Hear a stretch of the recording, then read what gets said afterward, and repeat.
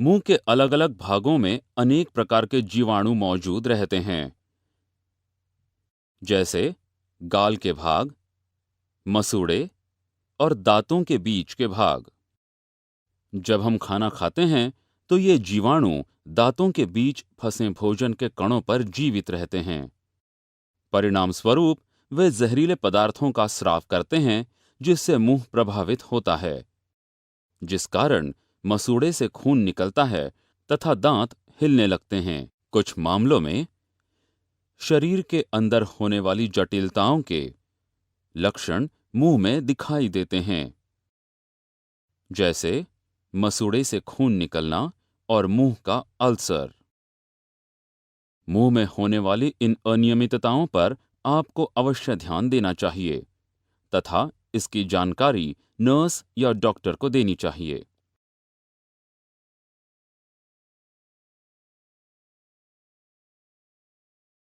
एक दैनिक आदत के रूप से मुंह की स्वच्छता बनाए रखने के लिए की जाने वाली सबसे सामान्य गतिविधियां हैं दांतों को ब्रश करना और मुंह धोना। रोगी किस प्रकार का खाना खा रहा है, इस पर उसके मुंह की स्वच्छता निर्भर करती है। यदि रोगी सामान्य ठोस आहार खाता है तो उन्हें प्रतिदिन दांतों को ब्रश करने के लिए बढ़ावा दें। सुनिश्चित करें कि रोगी के इस्तेमाल के लिए सभी चीजें जैसे टूथब्रश, टूथपेस्ट और अन्य सामग्रियां तैयार रखें। रोगी को दांतों में ब्रश करने की सही विधि सिखाएं। दांतों को ब्रश करते समय रोगी ब्रश को हल्के से गोल गोल घुमाए। कुछ रोगी भोजन चबाने के लिए नकली दांत लगाते हैं, जिन्हें डेंचर्स कहते हैं। यह आपकी ड्यूटी है कि आप रोगी को प्रतिदिन नकली दांतों की सफाई में मदद करें। आप उन्हें नल के बहते पानी अथवा नर्म ब्रश से साफ कर सकते हैं। दांतों को ब्रश करने के बाद रोगी को पानी अथवा माउथवॉश से कुल्ली करने में मदद करें।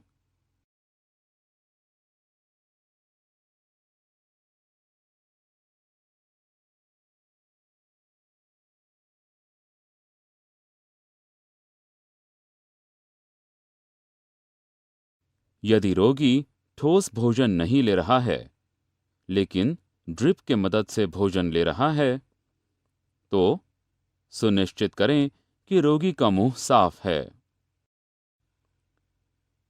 मुंह की अनुचित स्वच्छता की निशानियों में शामिल हैं मुंह से दुर्गंध आना अथवा मुंह से खून निकलना। यदि आपको ऐसे लक्षण दिखाई पड़ें तो फौरन इसकी सूचना नर्स अथवा डॉक्टर को दे दें और आगे की कार्रवाई के लिए उनके निर्देश लें। मुंह की स्वच्छता के रखरखाव के लिए इस्तेमाल की जाने वाली सामग्री। मुंह की स्वच्छता टूथब्रश, टूथपेस्ट, माउथवॉश तथा दांत साफ करने के धागे के इस्तेमाल से होती है। टूथब्रश एक साधारण शुकमय उपकरण है जिसका इस्तेमाल दांतों के बीच मौजूद भोजन के कणों को निकालने तथा दांतों की सतह को साफ रखने में किया जाता है।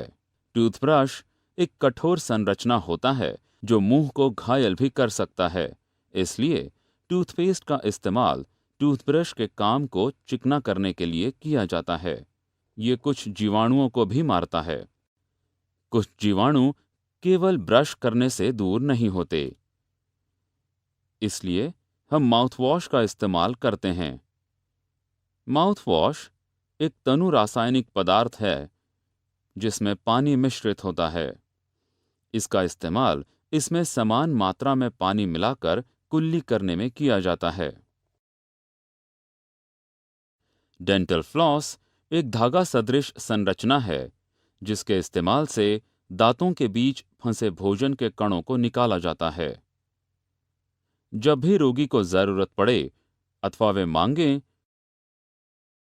तो उनके इस्तेमाल के लिए आपको आवश्यक सामग्री तैयार रखनी चाहिए। रोगी को उनके दांतों को नियमित ब्रश करने के लिए आपको प्रोत्साहित करना चाहिए। बरती जाने वाली सामान्य सावधानियां। रोगी को ब्रश और फ्लॉस करने में मदद करते समय धीमे तथा विनम्र स्वर में बोलें। जीभ को ब्रश करने से बचें, क्योंकि इससे बुजुर्ग रोगियों को चिढ़ होती है। इसके बदले जीभ की सफाई के लिए टंग स्क्रैपर का प्रयोग करें। यदि आप टूथब्रश के हत्थे पर टेप लपेट दें तो यह पकड़ने में आसान हो जाता है। रोगी तथा देखभालकर्ता को हल्के से गोल गोल घुमाकर दांतों को ब्रश करना सिखाएं।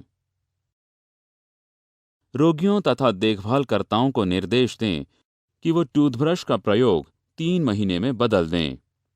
सभी टूथब्रशों को किसी दूसरे के हाथों में न जाने दें, ताकि कीटाणुओं का प्रसार न हो सके।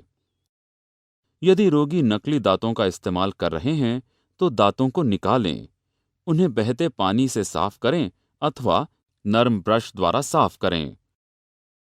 बहुत सी अनियमितताएं जिन्हें मुंह के अंदर देखी जा सकती हैं वो हैं त्वचा का लाल होना, मसूड़े से खून निकलना अथवा बदबूदार सांसें। इन अनियमितताओं के बारे में फौरन नर्स अथवा डॉक्टर को सूचित करें।